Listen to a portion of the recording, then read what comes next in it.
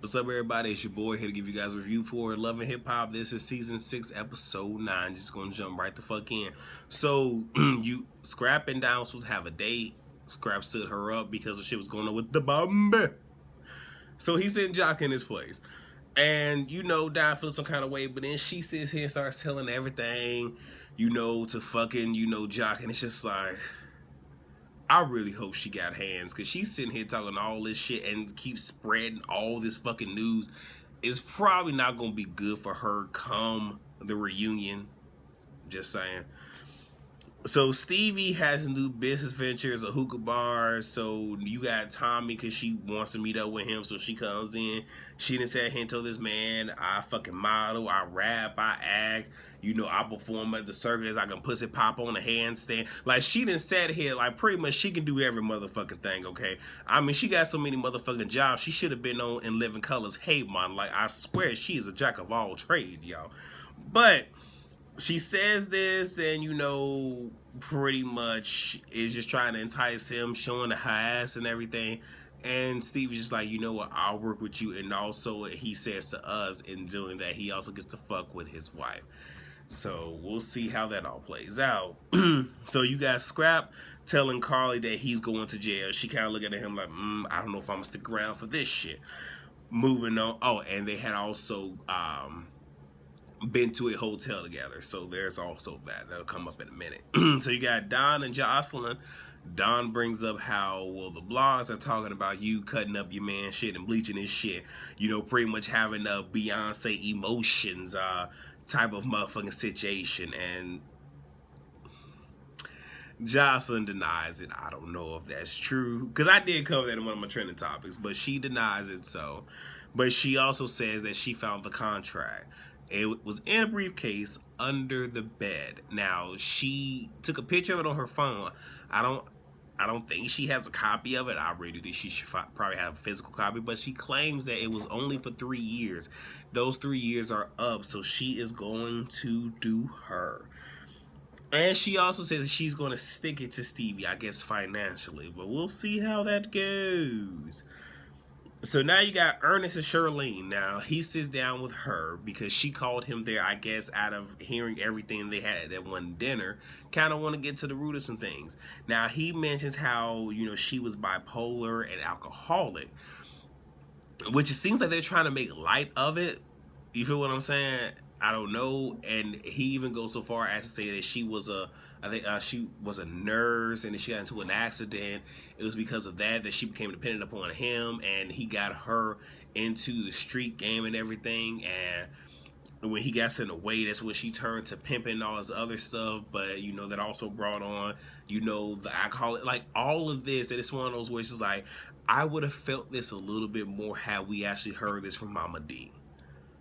So it's one of those where I don't know if this shit is really true or not. And if it ain't true, that's some fuck shit that's like, okay, I got it. Mona Scott is sitting here, is the front runner for a lot of causes in the African American community.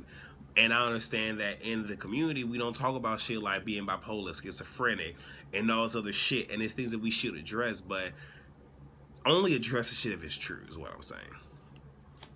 So, like I said, Ernest told the whole motherfucking story, and Shirlene thinks that, okay, in light of knowing all this, maybe I can try to give Mama D a fair shot. And as he walks away, she kind of licking the lips and shit. I'm just like, nasty. No. So you got Scrap and Tommy. So she pulls up in his car because he loaned the car out to her, and she found a receipt. I'm trying to figure out, like, why the fuck you loan your car out to any motherfucking everybody? But hey, this ain't my car, that's his car. And she walks in talking about some, what was she doing in your car? And he asked her, like, do I ask you who be in your car?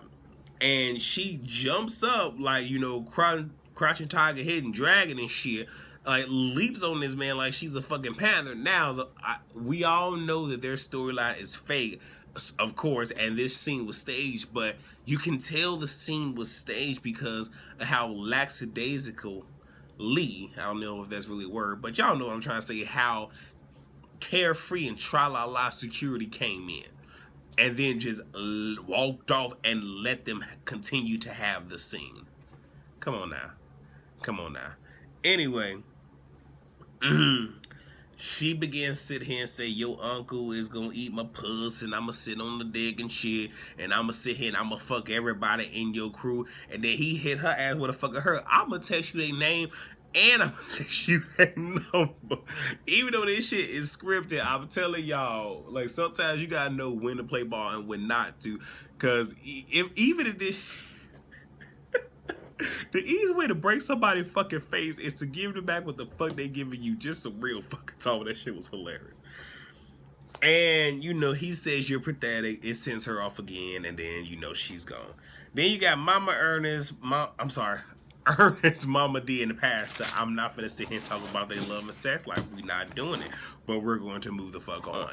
So now we got Scrap and Carly Red on a dinner date. And, you know, he asked her, did you pretty much leave the receipt in the car on purpose? And when I say she smooth slid that shit back on him, I really hit his ass with that fucking player move. Because she said, do you think I really have the time to leave stuff in your car? I was like, oh.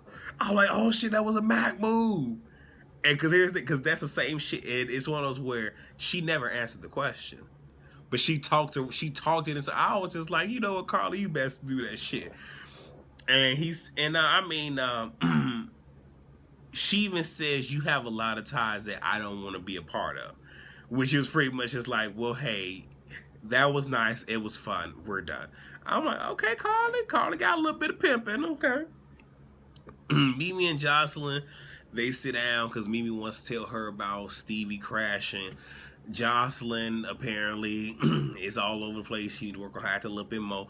But, you know, she asking for a drink. Where's a girl with a drink? Like, apparently she needed a drink to tell her this news that Stevie got 2 kids. Where, I guess the oldest of the 2, supposedly the baby mom was supposed to have had an abortion, but apparently did not. And Stevie ain't got no money. And it's my money that's taking care of the kids and yada, yada, yada. He broke. And Jocelyn wants Mimi to not necessarily take Stevie back, but let him crash. And Mimi's kind of just like, now I can feel her on having sympathy or even empathy for someone going through some shit. But I'm sorry, I would have had to like sweat. Here's the thing, I'm not saying take pleasure in somebody's memory, but again, karma is the biggest motherfucking bitch. Because she hasn't lost Stevie, but again, you can't sit here and do fuck shit to people and don't think that is not going to come back to you in some way, shape, or form. And I think she's also hurt because she was pregnant with his child and had an abortion. Shit crazy, y'all. So Carly Red has her radio show. Tommy shows up. Don't know what the fuck she wearing. I don't. And they starting to go at it. Now, first and foremost, if that's the case, something like this shit had to have been staged. Mona Scott had to work some shit out. Well, actually, the shit is staged. But I'm saying that because you not finna just let a random ass person come into a motherfucking radio station like that. You feel what I'm saying? Like, they think people stupid, but whatever. And, you know, Carl just like, hey, Scrap, not claiming you, woo wop de woo. And then you got Tommy saying take care of your daughter, which right then I was actually expecting Carly Red to like literally go smooth the fuck off, because it's one of those where it's like, you don't bring kids in the shit. You don't bring kids in the shit, but hey, it is what it is. Then she said, you know, I'm gonna work with Stevie, I'm gonna be on his dick, and he go suck my pussy and do all this other stuff. And she's like, but that's Scrap's uncle. It doesn't make sense to me. And she's like, he's gonna be my pawn. And it's like, why would you confess that? If he's going to be your pawn, why would you tip some? And I don't remember what the fuck it was that Carl said to send her off, but she gonna try to hop up on the motherfucking table. Here's the thing, y'all. It's only one female to sit here and go track and feel on y'all asses, and that is motherfucking Monique, where she jumped over that motherfucking barricade, okay? There can only be one, and that's Monique, and apparently she's not coming back to Love and Hip Hop by Hollywood. It makes me sad, but that's all that happened on that episode. So yes, the last video tonight is the actual review for the episode that's supposed to air tomorrow. I know, right? So please rate, comment, subscribe, and share, and I will see you guys for the last video of the night. Peace.